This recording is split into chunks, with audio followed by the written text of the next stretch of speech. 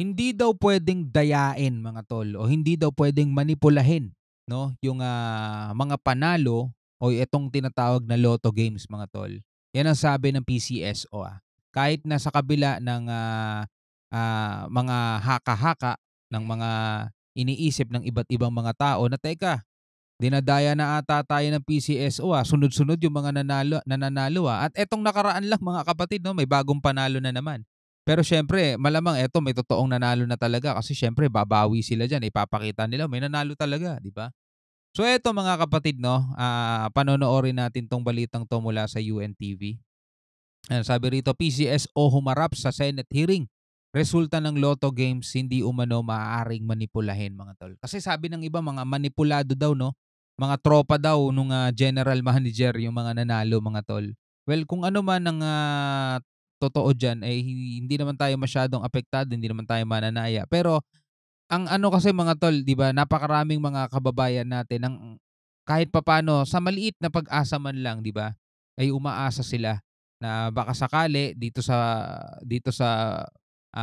bagay na 'to, eh, magbago ang kanilang buhay. Yun pala umaasa lang sila sa wala 'no.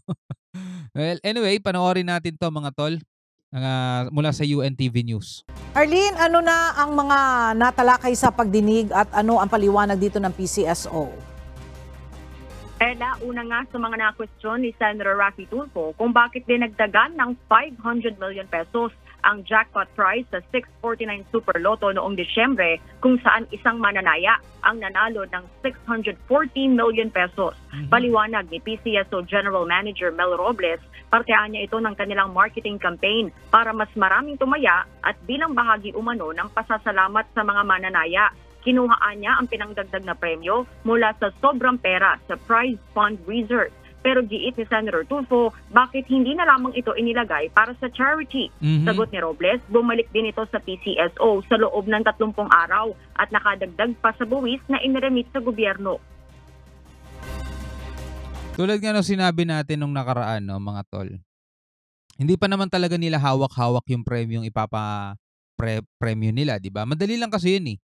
Oo, dagdagan natin ng ganito. Ano lang yun, kumbaga numbers lang yun, 'di ba? Numbers lang yun, oh. Dagdagan nating 640. Dati kasi mga tol, kapag walang tumatama, 'di ba? Yun yung nadadagdag ng nadadagdag hanggang palaki ng palaki ng palaki yung premyo.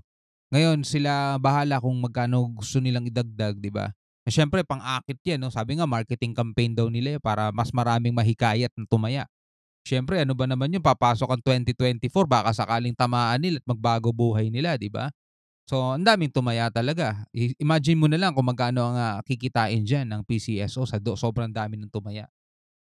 Tapos yung mananalo, biglang magkakaroon ng bahid ng kontrobersya, tropa lang daw, 'no, na nag-invest daw ng 30 million. Ay grabe, 'di ba? Masakit 'yan para sa mga mananaya, mga tol, 'no?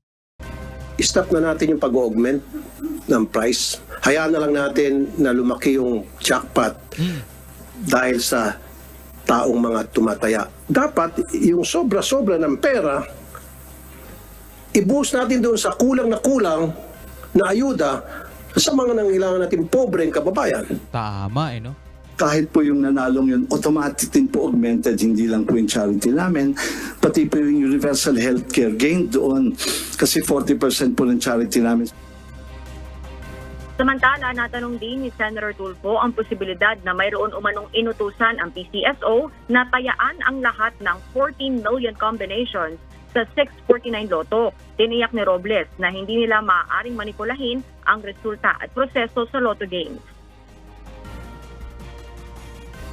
Sa PCSO, pwedeng magkaroon, not in PCSO, sa isang bodega dyan, 10 machine, walang gagawin.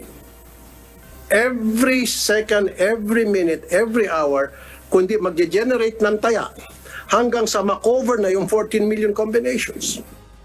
Parang ang hirap atang mangyari nun 'no? Isipin mo 'no, meron silang isang machine na lahat ng posibleng combination, ngayon 14 million 'no. So para pala tumama ka mga tol 'no sa lotto, tumaya ka ng 14 14 million mga tol. Pero ang hirap din nun 'no.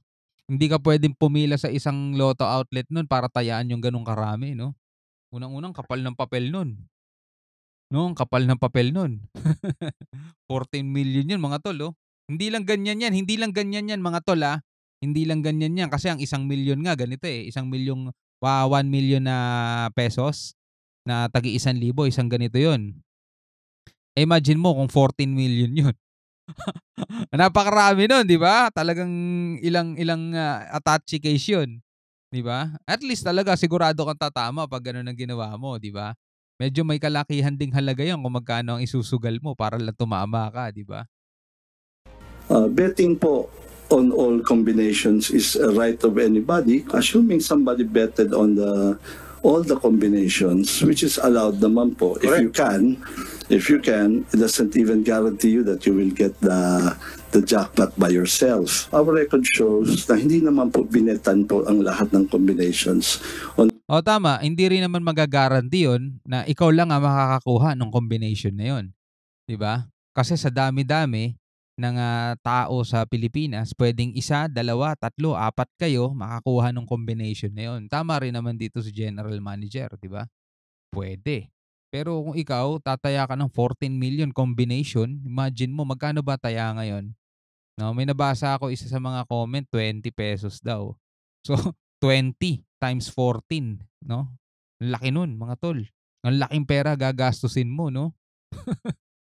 Ang laking pera gagastusin mo nun. On the day po ng tinamaan. Plano ni Tulfo na maghain ng panukalang batas para amyendahan ng PCSO Charter para taasan ang 30% na nakamandatong dapat mapunta na kita nito sa charity. Bagay na suportado naman ng PCSO. Ela sa ngayon nagpapatuloy pa ang pagdinig ng Senate Committee on Games and Amusement. At yun muna ang update, balik sa Ella. Maraming salamat. Actually mga tol, etong PCSO, Philippine Charity Sweepstakes Office, yun nga no, malaki ang naitutulong din nito sa ibang mga charity, no? Kung talagang walang halong korupsyon, pero kahit papaano mga tol, sa kahit na anong sangay ng gobyerno, alam naman natin mga tol, di na yan bago. Meron talagang meron talaga laging under the table at meron talaga laging konting illegal no sa mga ganyang mga bagay. Kaya nga tulad nung sinasabi natin dito, hindi katulad nung sinasabi ng iba, pasara na yan, pasara na yan. Na hindi ganoon kadali yan mga tol. No, matagal na 'to 'di ba? At kumikita rin ang gobyerno diyan mga tol sa PAGCOR, 'di ba? Yun talaga mga legal na pasugalan 'yan. Kaya nga yung ibang mga illegal tinitigil nila, hinuhuli nila. Dapat 'di ba dati yung weteng mga ganung sweepstake. Pinaguhuli nila yung mga ganyan kasi mga illegal yun Dapat nagbabayad ng buwis yun. At eto, yung mga ganito, legal yan sa gobyerno natin. Pero lagi nga natin sinasabi mga tol, kung gusto mo talaga magbago buhay mo, no, kailangan mo pagsikapan yan. No, kailangan mo talagang pagtrabahuan yan. Siyempre, samahan mo na rin ng panalangin at huwag kang umasa sa mga sugal-sugal mga tol. Kahit anong sugal. 'Di ba? Kaya nga ako hindi ako nagpo-promote mga tol, yung mga napansin niyo naman yung ibang mga influencer, yung ibang mga YouTuber, 'di ba? Nagpo-promote sila sa kanilang mga channel na mga online games, mga e-games, mga sugal, 'di ba? Napakarami sa Facebook, sa YouTube, kahit saan. Minsan may lalabas na gusto mo bang kumita ng extra sa pamamagitan ng paglalaro lang, 'di ba? May mga ganon mga bagay.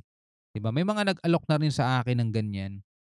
Pero tinatanggihan ko kasi nga ayoko maging isa sa mga kasangkapan. Baka hindi ko namamalayan isa sa mga nakapanood sa akin na addict sa pagsusugal, tapos biglang maubos lahat ng pera niya, ako pa magiging may kasalanan nun, 'di ba? Kaya ayoko mag-promote ng mga gano'ng mga bagay. Pero siyempre ikaw bilang isang tao, nasa sa'yo yan ngayon kung paano mo gagamitin yung biyayang tinatanggap mo. Iyon ba'y isusugal mo o yan ay palalaguin mo sa maayos na pamamaraan? Alright? So hanggang sa muli mga kapatid, ako nga pala si Shobal D. Peace out.